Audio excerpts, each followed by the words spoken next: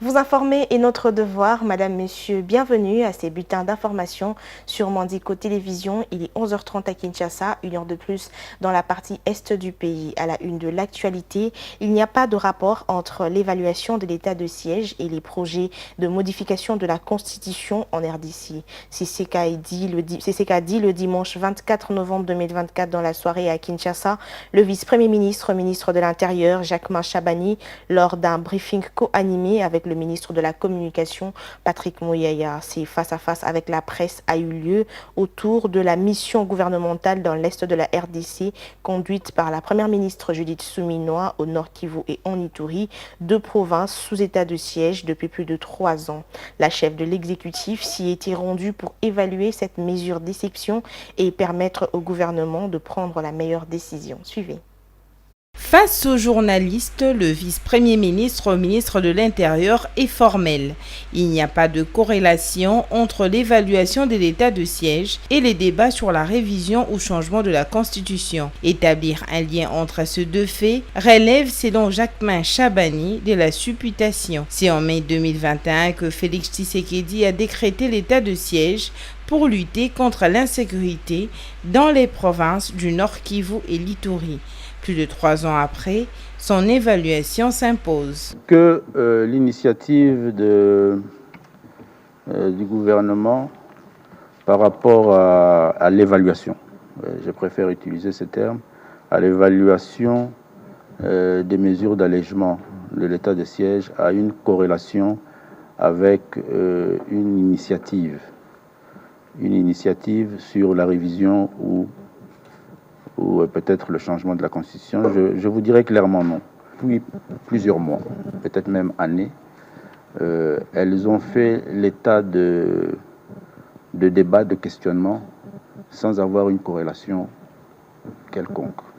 Depuis que le président avait levé l'option de mettre en place l'état de siège dans ces deux provinces, il y a eu des réactions et des retours au fur et à mesure que le gouvernement se présente devant le Parlement pour sa prorogation, pour qu'on lève cette situation d'exception.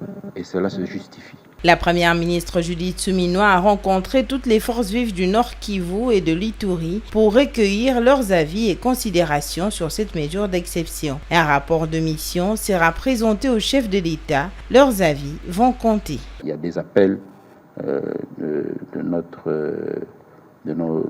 de notre population qui nous interpellent et qui nous appellent, nous le gouvernement, à nous pencher sur ces questions. L'évaluation de cette situation d'exception sur laquelle ces deux provinces sont organisées aujourd'hui, il faut qu'on évalue, il faut qu'on arrive à voir comment leur permettre de retrouver une vie constitutionnelle normale et le besoin de réformer pour améliorer le fonctionnement et la gestion de notre pays. Une table ronde sur l'état de siège a été organisée à Kinshasa en août 2023. Les participants avaient à l'époque préconisé une requalification de cette mesure d'exception.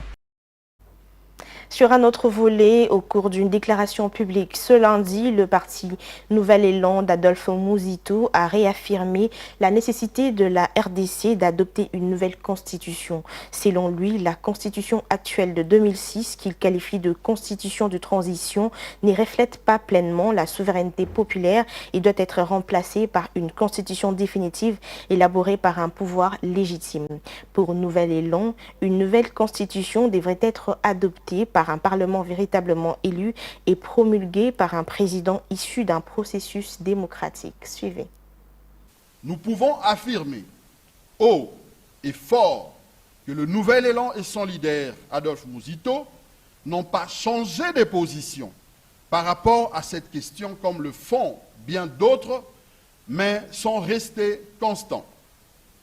Pour être honnête avec notre peuple, que tous ceux qui s'opposent aujourd'hui à l'idée de la révision de certaines dispositions de cette Constitution, voire à l'idée de son changement, regardent le peuple en face et reconnaissent qu'à un moment donné de l'histoire récente de notre pays, ils étaient parmi les défenseurs acharnés de cette même démarche. Alors, Arrêtons de manipuler notre peuple, mais plutôt débattons en toute responsabilité autour des évidences, au risque de promouvoir un déni des démocraties.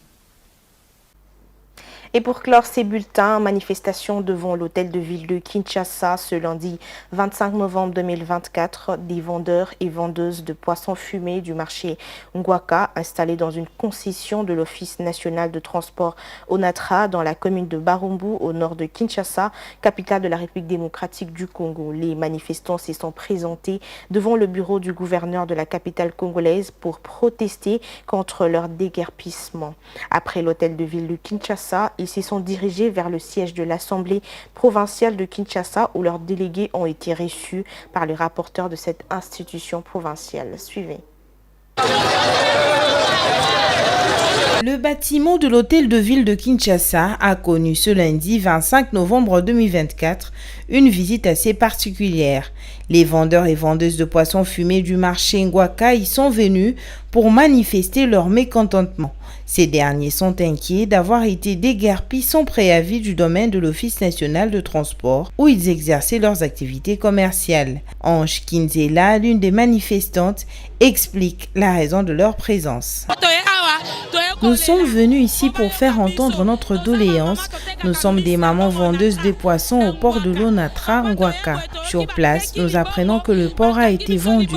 Nous avons été chassés, raison pour laquelle nous sommes venus rencontrer l'autorité. N'ayant pas obtenu gain de cause à l'hôtel de ville de Kinshasa, ces manifestants se sont dirigés vers les bâtiments abritant l'Assemblée provinciale de Kinshasa, où leurs représentants ont été reçus par le rapporteur de cette représentation provinciale, André Kongolo. À l'issue de ce bref entretien, les délégués de ces manifestants s'y sont exprimés. Nous étions venus pour plaider notre cas auprès des autorités. Nous vendons au port et nous avons appris que nous ne devrions plus vendre là-bas, raison pour laquelle nous sommes venus auprès de l'autorité compétente pour trouver une solution à notre problème, car nous voulons trouver la paix. Je suis content de notre conversation. Il nous a proposé de rentrer et de rester calme, car il nous a entendus. Il reste travailler sur notre dossier pour que nous puissions trouver la paix.